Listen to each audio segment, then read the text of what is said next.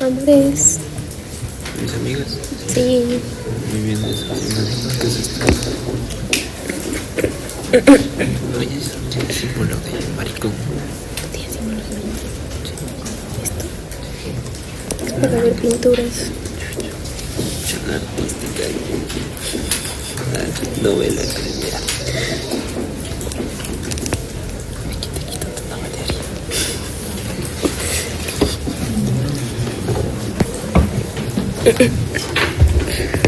Es un juego de simulador. Aquí tengo. Aquí está. ¿Qué haces? ¿Qué es como Tomodachi? Sí, pero es como los Sims, pero solo con una persona y Tomodachi. Yes. Ay, espérate, yo quería esto, pero no me salió, esto. No me salió el carro. Ay, esa es la película que quiero ver. Y eso soy yo. Y estoy yo, ¿cómo se ve? No hay comida aquí.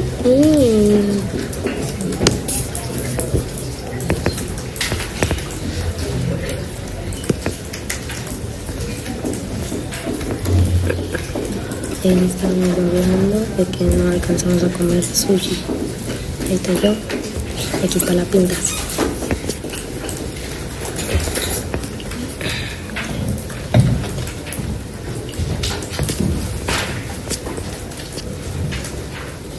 Entonces, prácticamente, ¿no es cierto?, desde 1230 hasta el 1834 son 4 capítulos los que se refieren a la figura del desheredamiento, que es como decimos, parece que llevamos de las causas, muchas se repiten, son pocas, resumido, digamos, compactado en 4 causales. Las legitimidades son más, pero prácticamente coinciden, ¿no? 3 de ellas, sobre todo, prácticamente son las mismas causales que las de legitimidad. Una figura similar que pretende también la exclusión del asignatario, como cualquier asignatario dentro del concepto, y en eso, digamos, mantener con la legitimidad cuando se pretende, ¿no es cierto?, que alguien se ha considerado en la sucesión y inclusiva podría corresponder al patrimonio del trabajo. El desheredamiento, de acuerdo a la definición, al concepto que tenemos en el Código Civil, de acuerdo a textualmente lo que dice la ley, es una disposición testamentaria, ¿no? Así se define como una disposición testamentaria que tiene por finalidad la exclusión de un legitimario. Y entonces aquí aparece una diferencia realmente importante, ¿no?, con la legitimidad. Es una figura que opera para excluir a los legitimarios. Los legitimarios, de acuerdo a 1905, están enumerados como los hijos son los legitimarios o los padres. Si no hay hijos, aparte de los hijos, son legitimarios los padres. Ellos son legitimarios, nadie más. ¿Cierto? No es el cónyuge, los hermanos, los sobrinos, nadie más es legitimario, solamente hijos. Y a falta de los hijos, los padres. ¿No? Si podemos examinar la legitimaria, la que le corresponde a los legitimados. Cuidado con los legatarios, bien pasa, hablar de legatarios legitimados, son totalmente situaciones distintas. El legatario es un sucesor que recibe un objeto, ¿no es cierto?, una especie, ¿no es cierto?, sucede a título singular, es el legatario. El legitimario, en cambio, es un heredero forzoso, es el heredero forzoso que corresponde a la mitad del patrimonio del causante, la mitad. Y por lo tanto, entonces, la figura del desheredamiento pretende la exclusión del legitimario. ¿Sí? Entonces, no se trata de excluir a cualquier sucesor, trata de cómo en la figura de la intimidad terceros van a plantear la acción de intimidad para que el resultado indigno no recibe el patrimonio del causante siendo heredero legatario y puede operarla tanto para herederos como para legatarios. En cambio, en el caso del desheredamiento, la figura es exclusivamente para legitimarios, la exclusión de los legitimarios, hijos o los padres. Hablamos de 1203, vamos a la definición y de ahí se desprende también todos los requisitos, las reglas a las que está sujeto el desheredamiento de esta figura, se presenta a ciertos requisitos por la definición misma que da el 1203. En 1230, desheredamiento es una disposición testamentaria en que se ordena que un legitimario sea privado de todo o parte de su legítimo. No valdrá el desheredamiento que no se conforme a las reglas que en este título se expresan. Entonces, es una disposición testamentaria. Por lo tanto, entonces, el desheredamiento debe realizarse a través de un testamento. Necesariamente las sucesiones testamentarias opera en sucesión intestada, imposible, ¿no es cierto? Que la ley deshereda, ¿no es cierto? Tiene que tratarse de una disposición testamentaria, en virtud de la cual se estudia un legitimario de todo o parte de su legítima, ¿no es cierto? Porque el desheredamiento también puede ser parcial, puede el desheredamiento ser parcial, no privado de todo, pero sí de una parte de la legítima. Entonces, este es el concepto que nos da el 1200. Disposición testamentaria. De acuerdo a las reglas, necesariamente tiene que haber testamento. Y es necesariamente también solamente el testador quien priva de la asignación al que legitima a su legitimario. Solo él hace el desheredamiento. No lo hacen terceros, como hacíamos o veíamos en la figura de legitimidad, solicitar a terceros para poder legitimar. En el desheredamiento eso no ocurre, es una voluntad expresa en el testamento del testador y causante. Solo él podría, a través de la disposición testamentaria, privar al legitimario de su legítimo. Exclusivamente el testador, nadie más. Entonces, esa es otra diferencia y una característica del desheredamiento. Y el testamento, una disposición testamentaria que deshereda al legitimario, desheredo a mi hijo Juan por haber aceptado a mi vida. Una manifestación de voluntad expresa en el testamento, para que lo condenado, ¿no es cierto? Pena privativa, etcétera, dentro de la sentencia también hay que probar. Y por lo tanto opera la figura del desheredamiento en relación a las causas señaladas del ponemos el resumen en ese sentido de estos requisitos. A través del testamento, necesariamente debe otorgarse un testamento en donde una de las cláusulas testamentarias, la disposición testamentaria, priva al legitimario de su legítimo. Entonces, opera en virtud de las causas legales, no es tampoco algo arbitrario. Intimidad no son situaciones arbitrarias, no por una pelea, un disgusto, un malentendido, me cae mal, ¿no es cierto? No vamos a, obviamente, desheredar, siendo una cuestión realmente grave, más bien que se debe a situaciones ya serias, graves, por las cuales un padre o madre toma la decisión de desheredar a los hijos. Entonces, ya sería realmente una situación extrema de gravedad por la cual se ha tomado esa decisión.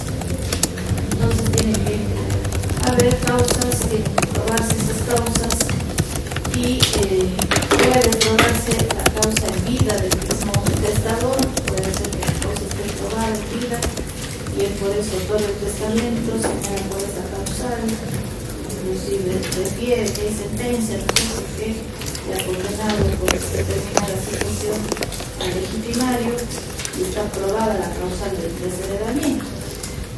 Pero puede ocurrir tal vez que no avanza a probar en vida la causal del desheredamiento, pero se ha quedado de manifiesto en el testamento el deseo de desheredar por la causa señalada. Entonces la ley sí da la posibilidad de que los herederos, los interesados puedan probar después de la muerte la causa del desheredamiento. Sí podrían hacerlo, pueden probar bien en vida del testador o luego de su muerte, podría haber la prueba de la causal, pero siempre tiene que estar señalada la causal en el testamento y el deseo de desheredar al legítimo. Eso sí tiene que estar expresamente señalado en el testamento, que se quiere desheredar al legitimario por la causal número 2, ¿no es cierto?, establecida en el término del Código Civil.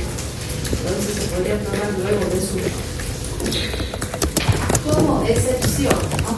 Como excepción se establece en el artículo 1252 que quienes tendrían tal vez la posibilidad de probar la causal del desheredamiento quedan exentos de esa obligación, se les libera de esa responsabilidad, de esa obligación, cuando han pasado 4 años desde que se abrió la sucesión y el legitimario no reclamó su legítimo. Se abre la sucesión, el legitimario, el hijo, obviamente sabe que ha cometido faltas graves en contra de su padre, por ejemplo. Él sabe, ¿no es cierto? Si él es el que comete las faltas, ¿cómo va a desconocer? Sabe que atentó contra su vida, que escapó, que le robó, que atentó contra su honra, que no le socorrió pudiendo hacerlo, etc. Entonces, obviamente, él sabe que hay una falta grave, que se rompieron esas relaciones, ¿no es cierto?, que existían entre el causante y su hijo, por ejemplo, y por esa razón, que le ha quedado un poco de remordimiento, ¿no es cierto?, por esa razón, no reclama su legítimo. Realmente no merezco que me den la legítima. Yo no fui un buen hijo, no cumplí con mis deberes como hijo, no le ayudé a mi padre, madre, más bien he cometido faltas, le he atentado contra su patrimonio, contra su vida, contra su honra, no he actuado no correctamente como padres hubieran esperado. Entonces, tal vez queda un poco, ¿no es cierto?, de esa esencia, de esa vergüenza, ese remordimiento, y no reclaman la legítima. No merezco, ¿para qué voy a reclamar la legítima si claramente en el testamento la intención es desheredarme y pues no tengo derecho, no moralmente ni éticamente no tendría derecho a recibirla? Entonces, si es que no se prueba la causal, y el legitimario no reclama esta legítima, luego de 4 años de esta sucesión, quedan liberados, ¿no?, los demás herederos de la obligación de probar esa causal. Pasaron 4 años, ¿no?, ya se liberan de la prueba de la causal del desheredado. Eso nos dice el 1032, ¿no?, para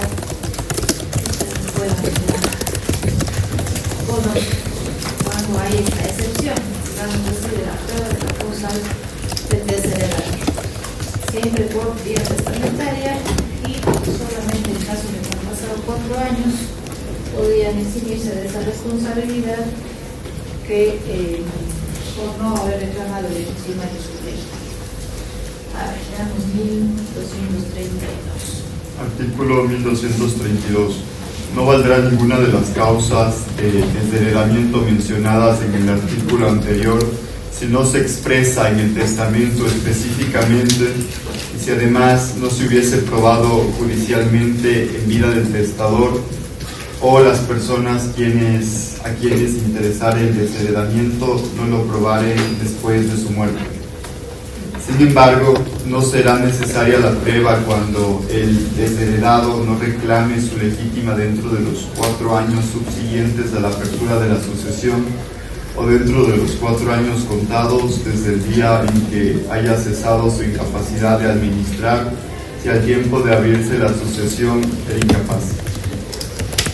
Entonces, vean, está claramente, ¿no es cierto?, esta excepción de aprobarse la causa viene el tío del testador luego de su muerte, salvo que hayan pasado 4 años, ¿no?, desde la ruptura de la sucesión sin reclamar la legítima, o según lo que dice la parte final, desde que ya una persona tiene la capacidad, ¿no?, por lo menos de por sí solo, de administrar sus bienes, y de ahí empezaríamos a conocer los otros. Bien, entonces se refiere el 1232, ¿no es cierto?, dice: no valdrá el desheredamiento que no se haga de acuerdo a las reglas y causas que están señaladas en el artículo anterior. En el 1231 están las causas precisamente para el desheredamiento.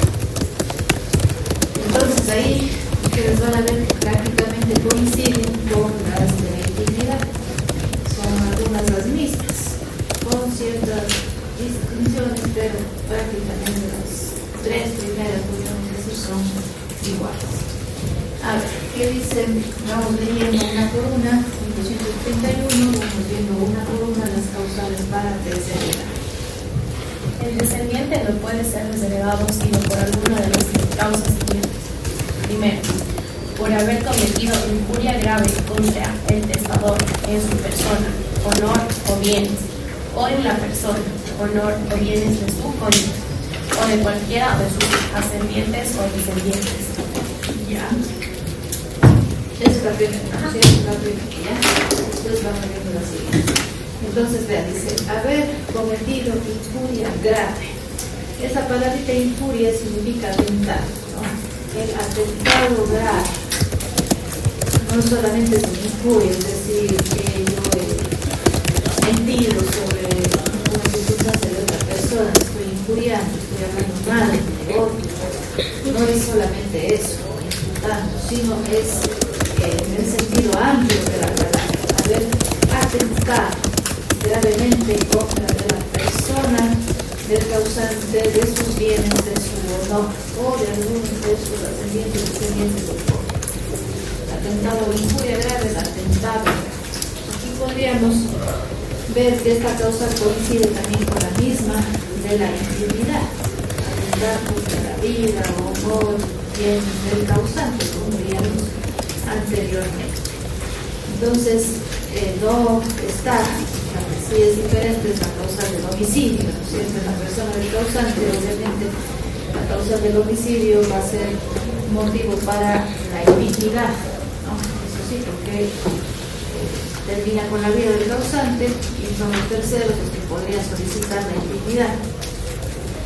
Si es que ocurre eso, no podría aplicarse el desheredamiento, porque ¿cómo vamos a otorgar un testamento desheredando a alguien si es que ya no está en vida? ¿Sí? Entonces, obviamente, esa causa es diferente, es atentar contra la vida. Atentados contra la vida, no bienes, la segunda dignidad, en este caso la primera causa del desheredamiento, que coinciden los dos en los atentados graves. Prácticamente es la misma razón.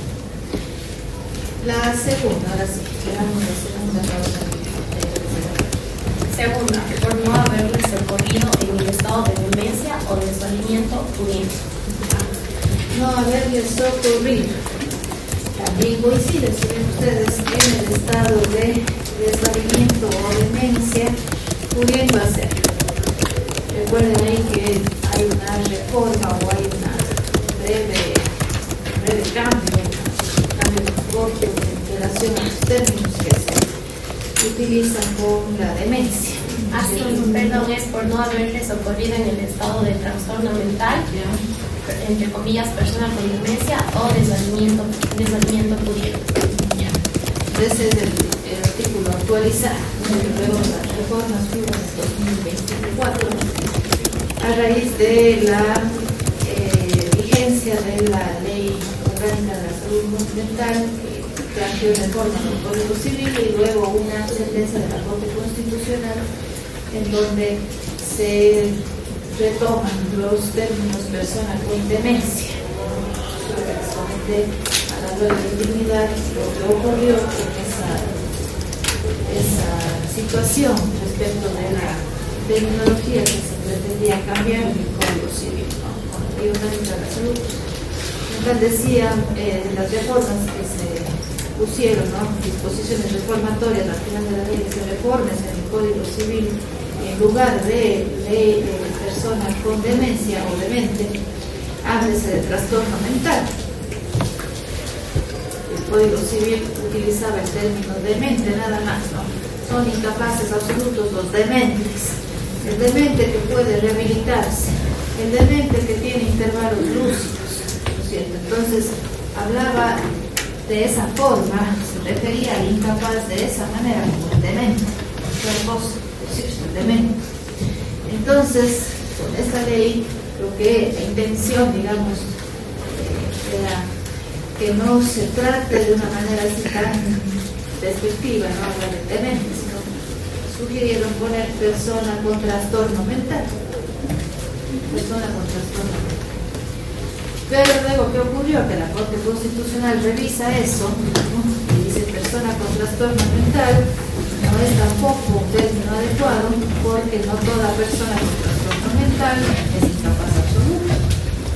Puede haber trastornos mentales, digamos, leves, que no ameriten una incapacidad, que no ameriten declararle a la persona en interdicción y que eso a su vez acarrea la incapacidad absoluta. Decíamos que los exámenes que están con un trastorno, están con ansiedad, están nerviosos, con insomnio, con depresión. Entonces, eso no acarrea obviamente una incapacidad, no va a declarar interdicto, capaz, no, ¿es cierto?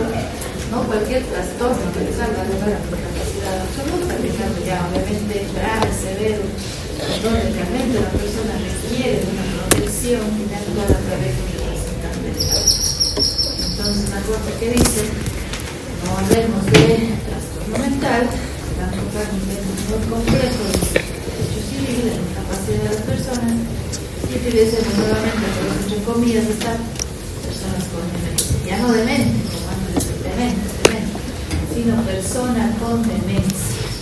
Nuevamente, entonces, toman esos términos, se vuelven esos términos y la Corte pone nuevamente entre comillas, personas con demencia, que se haga ese cambio de horario. Volvemos a lo mismo prácticamente. Entendiendo también que no cualquier persona con demencia, aunque la demencia, no abarca otras enfermedades mentales. La demencia es una nada más de las tantas otras enfermedades mentales que existen. Y por eso el incapaz absoluto sería una persona que tenga una enfermedad mental, código de persona con demencia. Pero no solamente el demente, ¿no? En psiquiatría la demencia le puede presentar tal vez al doctor Patricio, ¿no es cierto? De la medicina. Tal vez pueda tener claridad en cuántas enfermedades mentales existen, no solo la demencia, hay un montón de enfermedades mentales que se clasifican con la psiquiatría.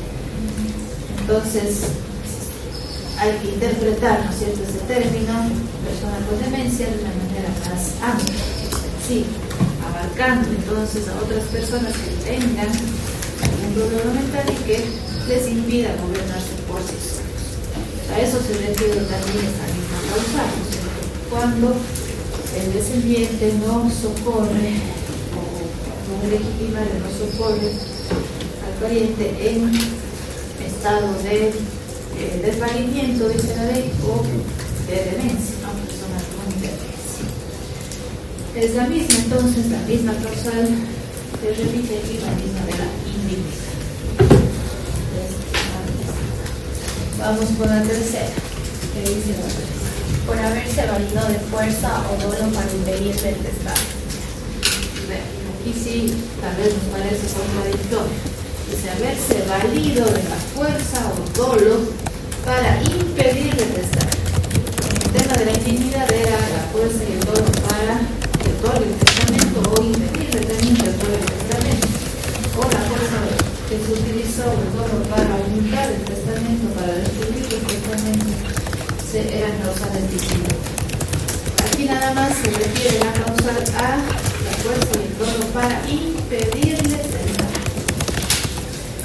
¿Qué notan ustedes aquí? ¿Qué contradicción aparente existe en impedir el testar. Pues solo para impedirlo. Porque todo ya, ¿no es cierto? Esa es la contradicción aparente que existe. Que si es que no le permite, no le priva, ¿no? De la facultad de lograr el testamento a través de la fuerza de todo, ¿cómo entonces debe ser? ella puede ser testamento esto tiene que puede ser hacerse a través de un testamento. Si le impide testar por fuerza dolo, entonces ¿cómo es que debe ser a través del testamento? ¿Qué es lo que ocurre aquí? ¿Qué podría entonces suceder aquí? ¿Cómo deberíamos entender esta causa de la fuerza dolo para impedir el testamento?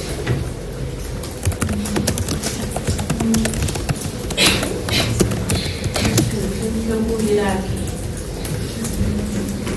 ¿Cómo debe ser?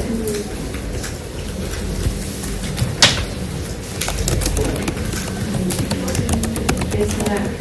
¿Qué ocurre? ¿Qué posiblemente ocurre? Que los herederos también pueden, o sea, presentar o sea, la acción para probar que ha incurrido en esta causal. La causa puede probarse, ¿no es cierto?, el fin, la vida o luego de la muerte del testador, y podrían ser ellos los que luego de su muerte prueben. Pero, ¿cómo si le impide testar? ¿Cómo sé yo por qué causa? ¿Y qué tengo que probar? Si no hay testamento y si es que no le desheredan, porque dice impedirle testar. El desheredamiento tiene que estar señalado en el testamento y la causa tiene que señalarse en el testamento. ¿Cómo le desheredan si se utilizó la fuerza para impedir testar? Quizás es importante la simple intención y no tanto el hecho de que se haya logrado efectivamente. No, porque como intención de desheredar algo muy interno, subjetivo, siempre difícil de comprobar.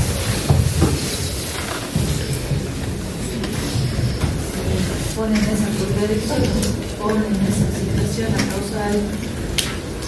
¿Cómo es que esto puede darse? Que le ha impedido intestar momentos, o sea, tiempos previos y posteriormente sí pudo testar. Eso sí, podría ser, ¿no es cierto? Que posteriormente, entonces ya logró otorgar el testamento. Impide testar en cierto momento, eso sí. Impide testar, utiliza la fuerza, utiliza la violencia física, la violencia psicológica, la amenaza, la coacción. Entonces, esa persona está tan asustada, tan atemorizada que dice, no voy a hacer nada, no voy a otorgar el testamento. Si hago, si lo hago y si llega a enterar, ¿quién sabe qué me pasa a mí? ¿Qué pasa a mi familia? ¿Qué es lo que va a pasar? Hay un temor, ¿no es cierto?, de la fuerza, un serio temor grave, de vernos expuestos a algo mal, puede ser irreparable, dice la verdad. Entonces, mejor evito, no hago testamento. O el dolo, ¿no es cierto?, engañar, utilizar maquinaciones, utilizar una serie de artimañas, ¿no es cierto?, para convencer de que no todo justamente, porque seguramente le conviene que no lo haga, se va a aplicar la regla de la sucesión intestada. Entonces, no lo es más bien esa engaño, esas maquinaciones que se utilizan para obtener algún beneficio de la persona que sufre. Entonces, puede utilizarse en algún momento ese mecanismo, los mecanismos, fuerza, dolo, utiliza eso para impedir el testar. La persona está engañada, o está atemorizada, o está con miedo, pero puede ocurrir que supera todo eso, que pasa el tiempo, ya ve que no hay ese peligro, tal vez la persona que utilizó esos mecanismos se fue del país, que ya no le molesta, que no tiene noticia de esa persona. El temor pasó, ¿cierto? Las amenazas ya no existen. Entonces logra otorgar el derecho. Ahí sí, así deberíamos entender esa causal, ¿no es cierto? Porque de lo contrario sería imposible, inaplicable. Si no hay testamento, no hay desheredamiento.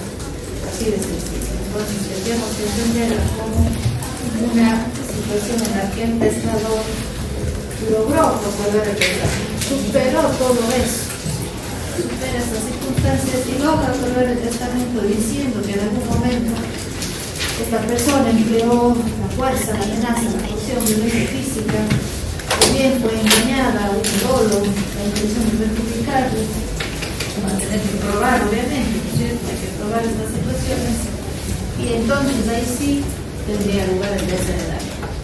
Caso contrario, no podría Estamos viendo que este es una de las causas, obviamente, del desheredamiento, pero solamente es que, como tal, impide testar todo el documento, o también puede ser una causa que por fuerza o dolo interfirió en algo del testamento a favor de él y puede ser desheredado.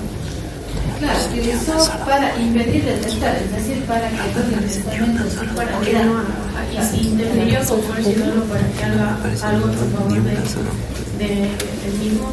Eso es otra causa más bien de intimidad, ¿no es cierto? Cuando le forza, digamos, a proveer el testamento y quiere a través de ese testamento beneficiarse con alguna disposición.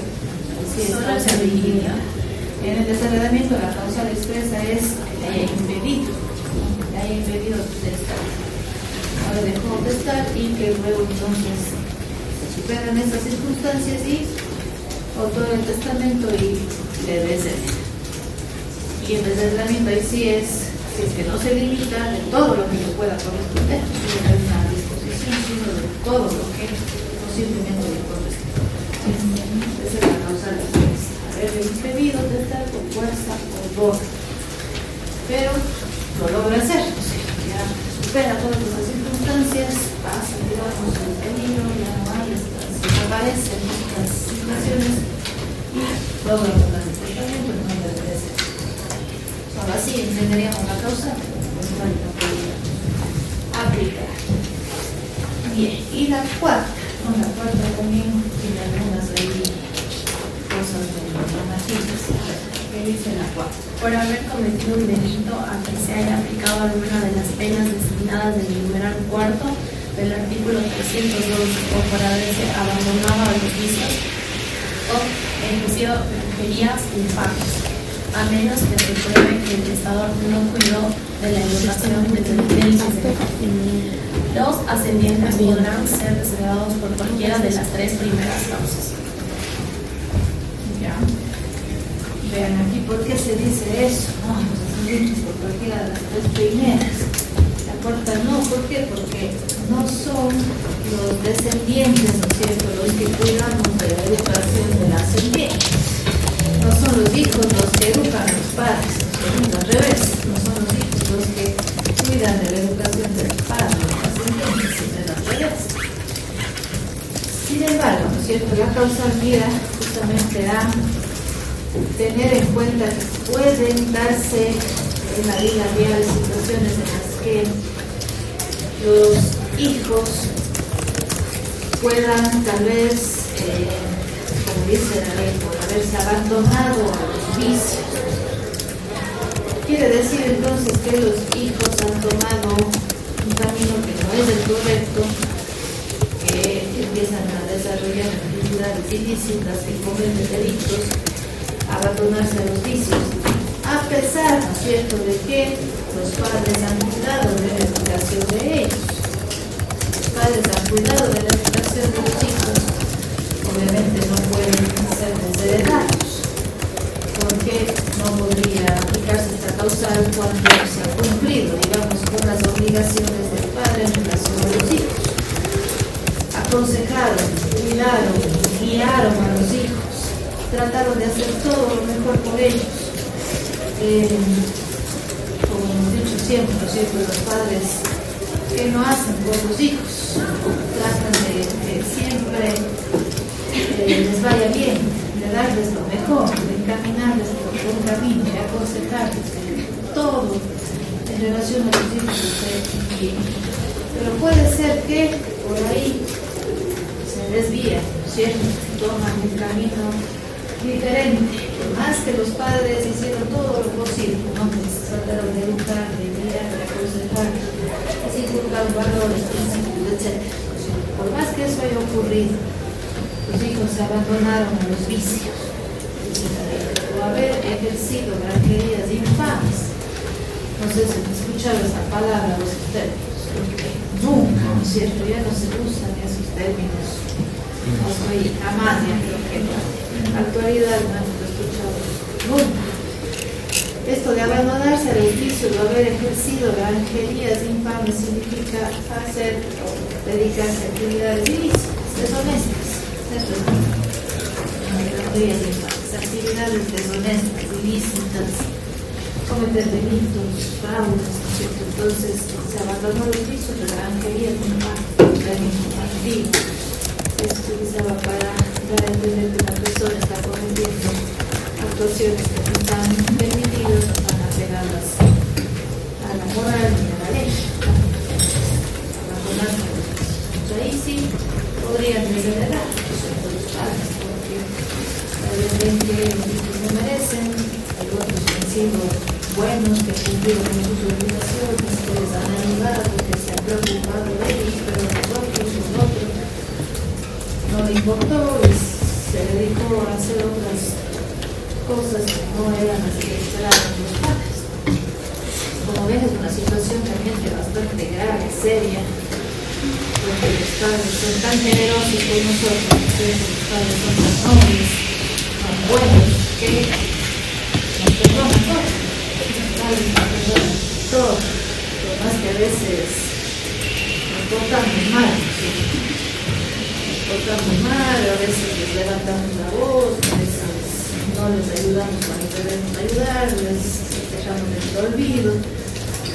Ellos nos perdonan todo, ¿no es cierto? Pero puede ser, ¿no es cierto?, que llegue a tal punto ese resentimiento, esa situación de sentirse totalmente en un abandono, que no se ha sido recíproco con todo lo que trataron ellos de recibir por parte de sus hijos, entonces que ellos dieron a sus hijos no han sido recíprocos en relación a lo que esperaban. Obviamente puede ser que les deshereden, que sean tan dolidos, tan lastimados, tan ofendidos, decepcionados, les desheredan a los hijos por haberse abandonado los vicios, por haber ejercido actividades ilícitas, actividades deshonestas, etc. La vida completamente. Entonces, podemos cada vez desheredar. Al inicio de esta causa se dice, ¿no es cierto?, haber sido condenado en relación a lo que tendría que ver con los padres que también pueden haber cometido delitos, cometido situaciones serias.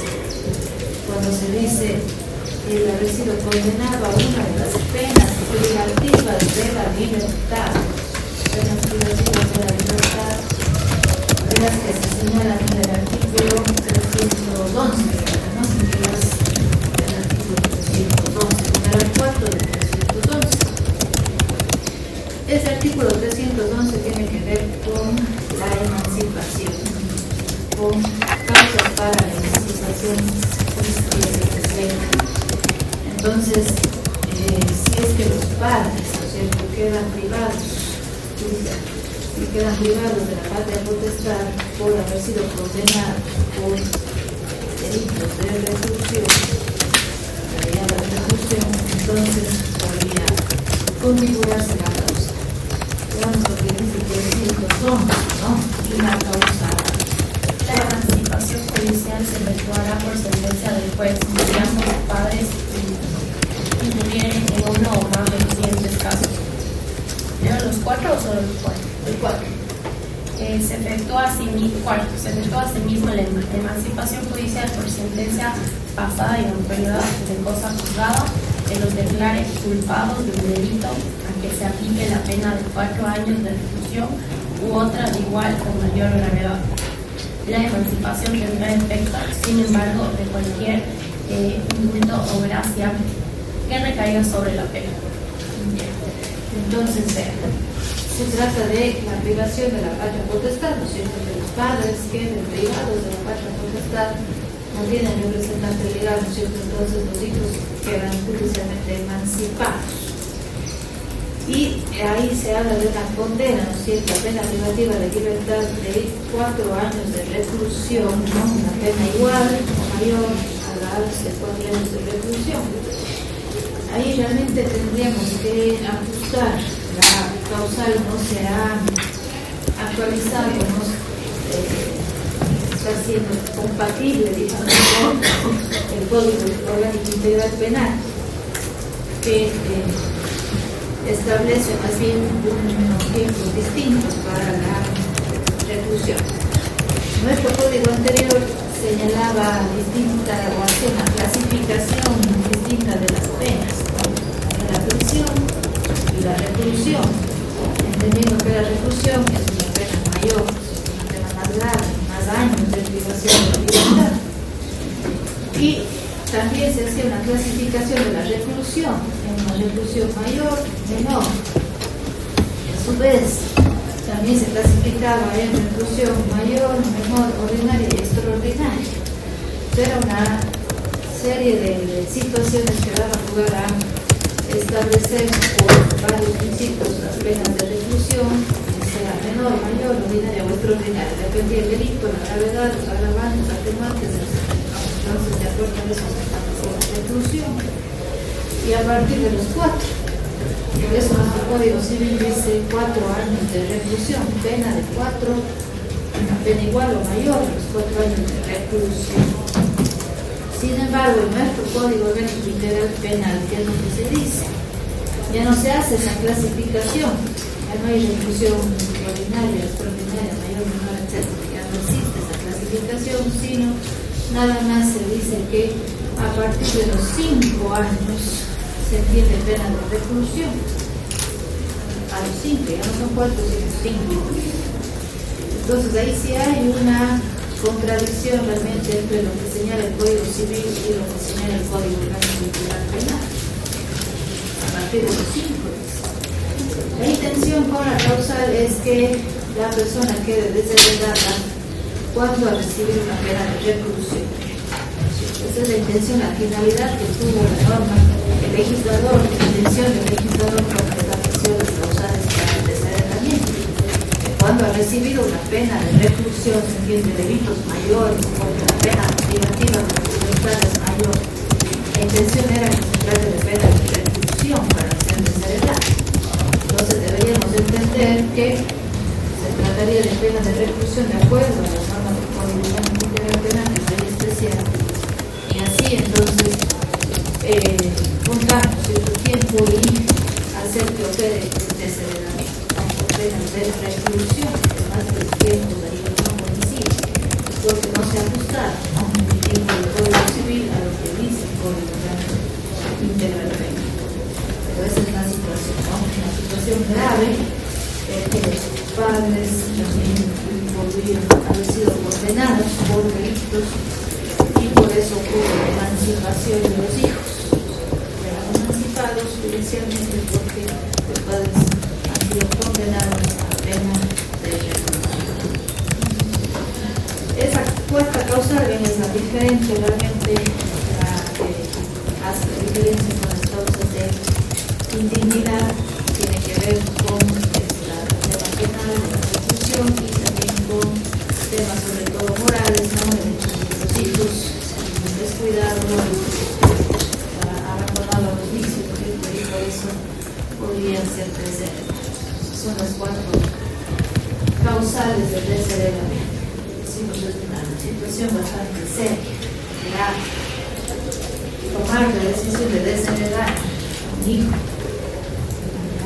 tendría eso que realmente pensarse, ¿no? Y si eso ocurre es que hay una cultura seria, ¿no?, entre las relaciones padres e hijos, porque es una decisión difícil, ¿no? Es una decisión difícil de tomar y de hacer constar, ¿no es cierto?, en el testamento el desheredamiento. Simplemente decimos entregó, ¿no es cierto?, van a desheredar, pero ven que son cuestiones graves, ¿no? Se perdieron el ciclo, no les van a desheredar. A veces decimos, va a desheredar, mi papá se entregó, me quedé suspenso. Te van a desheredar. heredar con Llegué al siguiente día, me van a heredar. Te van a dar todo tu perrito. Pero ven, son causas graves. Esta figura realmente muy, pero sí, Le tiene que dar todo a tu mano. Sí, porque le quieren nada. En la práctica es común esto. No tanto como digo, porque realmente los padres somos, ¿no es cierto?, bastante permisivos. Compasivo. Tomando decisiones de ser un hijo, entonces no es tan común. Tú le des a que dan a su hijo. Realmente de agua. Es No, imperdonable. no sé. Pues Los hay. intentaré cuidarle. De todos los días, obviamente. No sé, esperemos no. Padres Toca madera. conscientes, ¿cierto? Nos perdonen las faltas. Entonces, 4 causales, las hereditarias y mucho más, las del desheredamiento se han resumido en esas 4. Una pregunta. Aquí dice que los nacimientos podrán ser desheredados por cualquiera de las 3 primeras causas, pero también se incluyen en la cuarta. Claro, es el caso de que han sido condenados, ¿no es cierto? Pero bien el tema de no haber les educaron, les guiaron y quieren ser desheredados a pesar de que a eso se refiere, ¿no? En esa parte, a pesar de que ellos cuidaron de la educación de los hijos, no podrían ser desheredados porque no está en sus manos ya el camino que tomaron los hijos, ¿no? A eso se refiere. Bien, entonces el desheredamiento opera en relación a todo, ¿no? A todo lo que le corresponde al legitimario. Si es que el testador no limita, si es que el testador no limita los efectos, se entiende que queda privado de todo, de la legítima, e inclusive de alguna otra disposición que tal vez pudiera haberle sido favorable, hubiera podido tocar, digamos, en el testamento. Por ejemplo, ¿qué es lo que tal vez pueda ocurrir en algún momento? Que se otorga el testamento y le deshereda, se entiende que ese desheredamiento le excluye de todo lo que le corresponde de su legítima, pero también se dice, si no se limitan, ¿no es cierto?, los efectos, queda privado de todo, queda legítima y de todo lo que les pudiera haber correspondido al legitimario. Puede ser, ¿no es cierto?, que, por ejemplo, deja la cuarta de mejoras a un primo. La cuarta de mejoras no puede ser el beneficio de un primo. Sabemos que la cuarta de mejoras siempre para los descendientes. Siempre para descendientes, entonces de esto trabaja. ¿Y qué ocurriría en este caso? Los hijos, ¿no? En el caso de los hijos que son legitimarios, los hijos como legitimarios son los que, mediante la acción de reforma del testamento, van a solicitar que esa cuarta que estaba mal dispuesta se integre a esa legitimaria.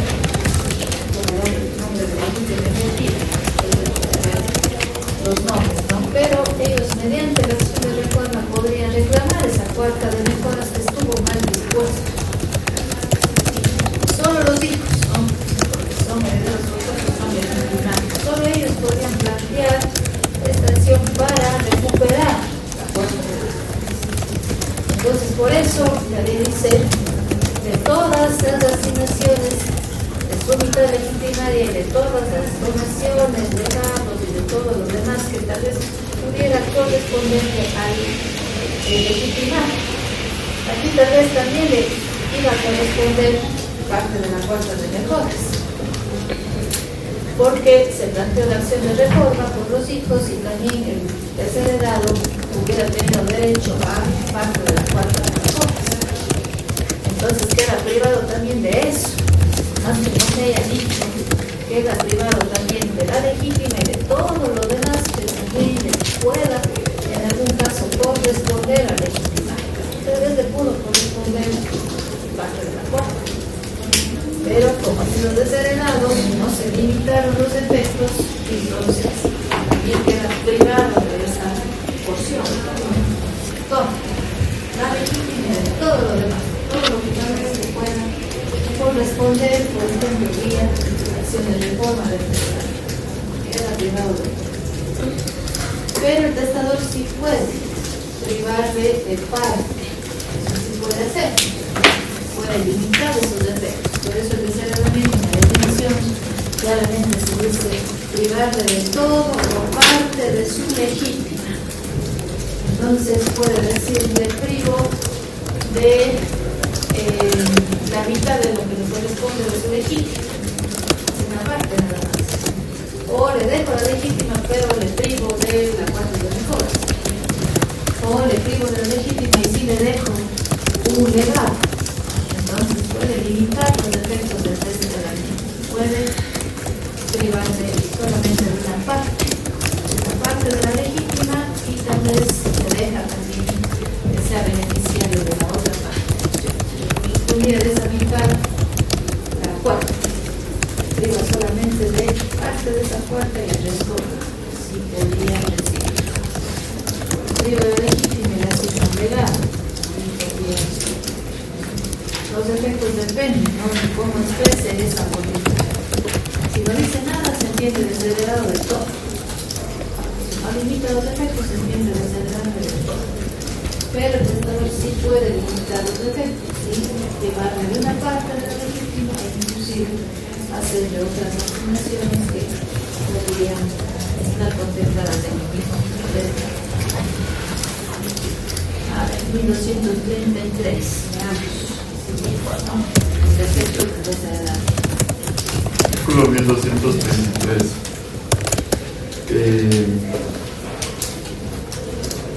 Los efectos del desheredamiento, si el testador no los limitara expresamente, se entienden no solo las legítimas, sino a todas las asignaciones por causa de muerte y a todas las donaciones que le haya hecho el testador, pero no se extienden a los alimentos necesarios, excepto en los casos de injuria calumniosa. Ya, esto aparte prácticamente quedó tácitamente derogado, no porque los alimentos no son asignaciones forzosas, como decía, no hay aquí, los alimentos se regulan por otras reglas, ¿no? Están señaladas en el código ya no es aplicable, pero porque hay una obligación y derecho personalísimo. Entonces, ahí la primera parte de la que corresponde también tendrán entonces, quedarán privados de toda la legítima si es que no se han limitado los efectos y si es que es el caso podría entonces quedar excluido de todos los legados con las donaciones de hecho, salvo que el mismo testador les haya reconocido algo en el mismo testamento. Podría limitar esos. El desheredado puede, o carece, más bien dicho, carece del título hereditario. El desheredado prácticamente no puede reclamar la legítima. En cambio, el indito, como decíamos, sí podría recibir. Puede ser que no haya declaratoria de intimidad, puede ser heredero legatario, puede adquirir los bienes, entrar en posesión de ellos y luego de la declaratoria restituir, es decir, conservar los bienes herederos o legado. Pero en cambio el desheredado carece ya de título hereditario, no puede reclamar, no puede ser heredero legatario, no entra en posesión porque ha sido desheredado a través del testamento. Entonces, excluido de la en el 1924, en esa parte se señala de que posiblemente no habría tal vez la duda en cuanto a si el reconciliamiento, la reconciliación que puede darse entre padres e hijos da lugar a entender que se revoque el desheredamiento. Entonces, esa parte hay que tenerlo también claro, no se presume. Por la reconciliación no se entiende que ya el desheredamiento quedó sin efecto. Porque el desheredamiento, como digo, es una expresión de voluntad. En el testamento no se presume que el legado es revocado por el hecho de que se han reconciliado entre el padre y el hijo. Ya en 1230. El desheredamiento podrá revocarse como las otras disposiciones testamentarias y la revocación podrá ser total o parcial, pero no se entenderá revocado tácitamente por haber intervenido reconciliación, ni el desheredado será admitido a aprobar que hubo intención de revocarlo. No se presume, si se reconciliaron, no por ese hecho de que se hayan reconciliado, se entiende revocar el desheredamiento. Esto en virtud de que la revocatoria, ¿no es cierto?, es un mecanismo para dejar sin efecto un testamento. Hay algunas formas por las cuales pueden quedar ineficaces las disposiciones testamentarias, entre ellas la revocatoria. Una manifestación de voluntad. La revocatoria es una manifestación de voluntad del mismo testador. Nadie más hace la revocatoria. Si el testamento la hace el testador, exclusivamente, pues exclusivamente él tiene que revocar. Es igual que el testamento, una manifestación unilateral propia del testador. El testamento es una manifestación unilateral. Solo el testador, el que tiene interés en otorgar el testamento, lo hace, lo expresa de esa manera. Entonces solo él tiene también la facultad de revocar, de dejar sin efecto el testamento. El testamento es una manifestación de voluntad. ¿Cómo revoco? Otorgando un nuevo testamento. Esa es la manera de hacer la revocatoria. Otorgo un nuevo testamento en donde digo revoco el testamento anterior. Esa es la forma de hacerlo. Otorgando un testamento nuevo. El testamento se aprobó en el año 2020. Y en el año 2020 entonces estaban comentadas algunas disposiciones, inclusive a favor de él, desde el presunto desheredado, vamos a ver ya desheredado. Dijo que cometió las faltas. En 2020 ¿qué puede hacer? En el 2026 revocar el testamento. Borra un nuevo testamento y dice revoco el testamento otorgado en el año 2020 y deja sin efecto. Expresamente, revoco todo el testamento otorgado en el año 2020. Revoco, dejó sin efecto. Y hace un nuevo. Ahí mismo hace nuevas disposiciones. Puede ser que haya revocatorias tácitas. También puede ser que sobreentendamos que hay una revocatoria tácita. Por ejemplo, todo el testamento del año 2020, que le dice, dejo el carro a Miguel, en el testamento del 2020. Viene el testamento del año 2026, dejo el mismo carro a Lorena. Entonces, ahí hay una revocatoria tácita, ¿ven? Cuando el mismo carro, el mismo bien, es ya asignado a una persona distinta, ¿se entiende? Revocado tácitamente. Cuando hay revocatoria tácita, entonces, cuando hay esta contradicción o no son compatibles las disposiciones del testamento nuevo con las del anterior. El anterior dijo, dejo la casa dejo el carro a Miguel. Y en el nuevo deja el mismo carro a Lorena. Ya no son compatibles. Entonces se entiende que hay una revocatoria tácita. Pero en el caso del desheredamiento, Justamente se le iba a preguntar, eso lo que usted refiere respecto de las revocatorias tácitas es únicamente respecto a una revocatoria de la disposición. Quedan sin efecto, ¿no es cierto? Porque se ha otorgado uno nuevo que no es compatible con lo que decía el anterior, ¿no? Pero en este caso no se entiende, dice la ley, tácitamente revocado, por ejemplo, por haber reconciliación. Y que se ofrezca probar eso, manera por decir. Quiere que habrá que decirlo expresamente en el testamento cuando ya se deja sin efecto el deseo.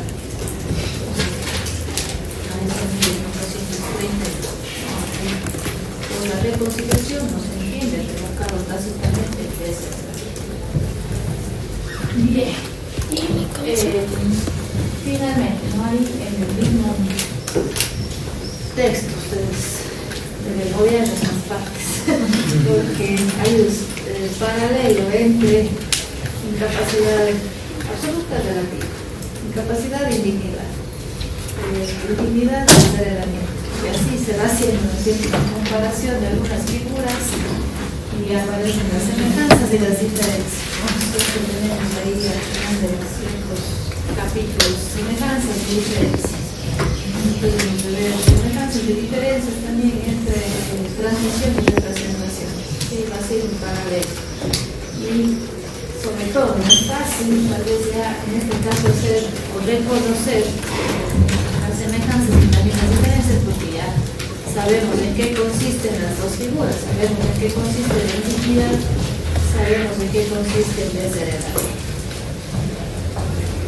Ambas instituciones de derecho sucesorio, estas semejanzas entonces de todo, ¿cierto? Tanto la indignidad, el desheredamiento, son figuras propias del derecho sucesorio, no son similares tal vez a otras que podrían estudiarse desde otro punto de vista, por ejemplo la dignidad, el derecho humano, desde otro punto de vista el derecho humano constitucional no tiene nada que ver, no es una institución propia, específica del derecho sucesorio, el tema de la dignidad e indignidad de una persona, del mismo modo de desheredamiento es propio del derecho sucesorio, ninguna otra materia trata de desheredamiento penal.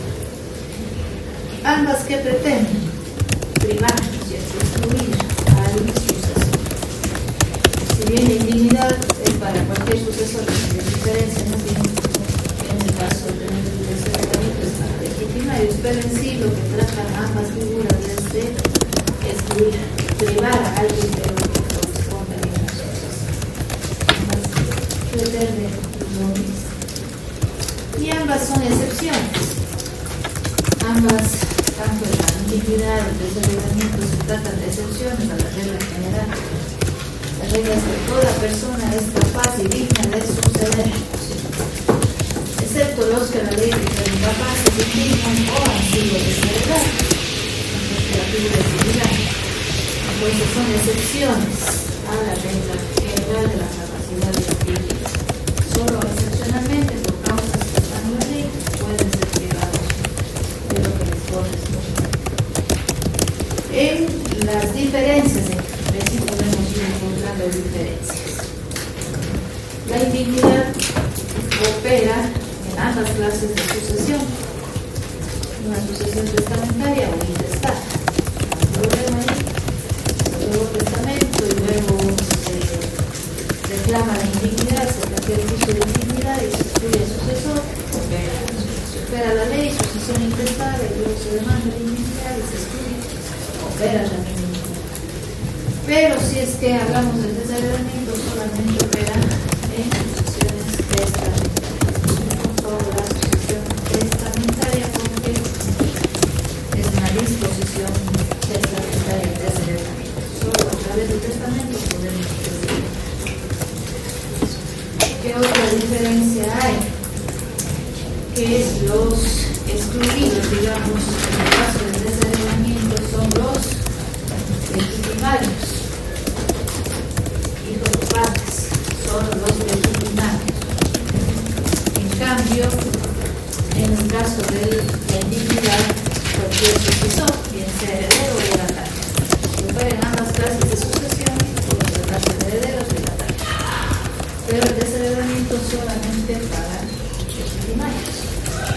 Y de ahí también otra diferencia, se tratarían siempre de herederos, porque les corresponde la mitad, la legítima, la mitad legítima, y así les corresponde mitad de herencia, una herencia de cuota, bien puede decir todo el patrimonio, o la mitad, es lo que forzosamente se les debe dejar. La mitad legitimaria, la parte del patrimonio y eso es herencia. Entonces, priva al legitimario, priva al heredero, siempre van a ser herencias, y el legitimario es el que va a ser distribuido. En cambio, en la intimidad puede tratarse de herencia o legado, ¿no? No hay problema de lo que ocurre en ambas sucesiones. ¿Qué otra diferencia hay? La que dice que se purga por el tiempo, ¿no es cierto? En el caso de la intimidad, habría la purga, ¿no? La prescripción de la intimidad por 5 años, el desheredamiento no prescribe, se desvanece, digamos, en el tiempo. La intimidad sí, 5 años, la prescripción de herencia legado, el desheredamiento no hay prescripción. Bien, creo que esas son todas, ¿no? Medio repetitiva, creo que es la última en relación a la persona que quiere su vida. Entonces son esas las diferencias. Sobre todo la diferencia radica en el tipo de sucesor que es destruido y el tipo de sucesión. Sucesión testamentaria y privarle al legitimario de la legítima. Eso es prácticamente lo que diferencia, o una diferencia clara, ¿no? Entre la figura del desheredamiento y la legitimidad. A los legitimarios y a la sucesión testamentaria.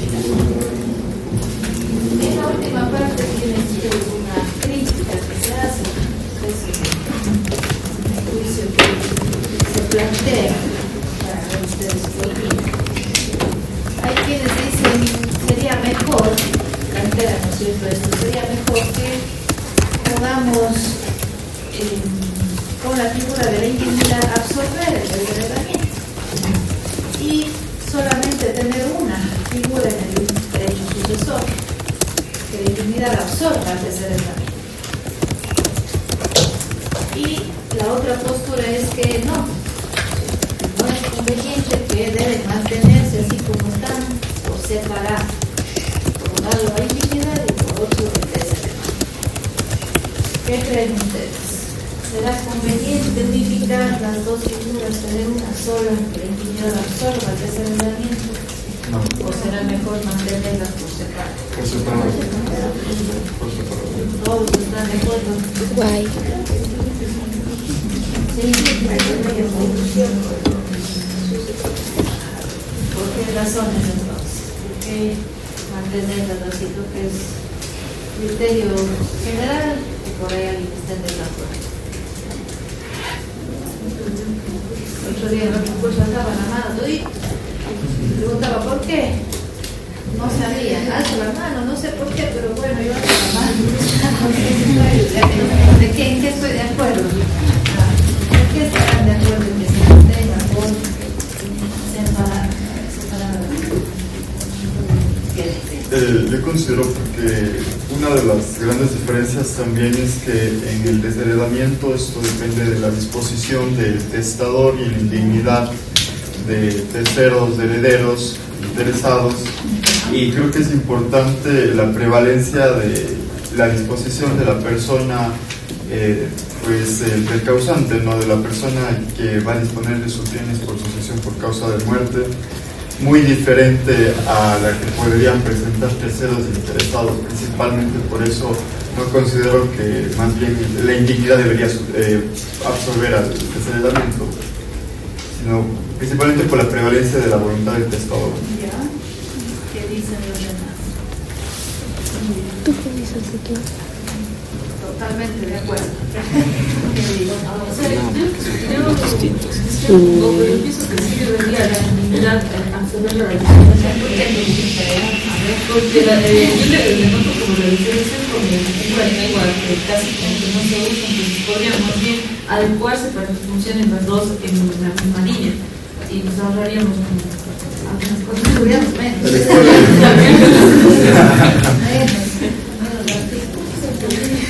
O podrían adaptarse tal vez a las causales, o sea, tal vez o incluir más causales, tal vez podría ser tal vez una razón para querer absorber, porque se asimilan, ¿no? Se asimilan las causales, la finalidad tal vez es la misma, excluir a alguien de la sucesión, pero sí ahí hay que reflexionar, meditar, ¿no es cierto? Si realmente amerita que se proteja la voluntad del testador o que podrían ya terceros solicitar la exclusión de alguien. En eso justamente yo ahí coincido con el compañero. La figura prácticamente lo que pretende es que esa voluntad quede resguardada, por voluntad del testador, la exclusión del legitimario. Alguien más tenga esa posibilidad de tomar una decisión de esa naturaleza, proteger esa voluntad. Pero obviamente, si piensan, obviamente está bien, entiendan jurídicamente cierto su criterio, está bien, podríamos pensar en algún momento resolver, quizás algo ocurre así, pero siguen manteniéndose por separado, sobre todo justamente por ese criterio de darle al testador esa potestad de excluir al legitimario, proteger esa voluntad, de que prevalezca esa voluntad frente a las personas y que se trate obviamente de una decisión que nazca de esa decisión seria, ¿no? De hacerlo a través del testador. ¿Alguien más? ¿No tiene alguna otra situación? No, bueno, entonces empezamos de cuenta.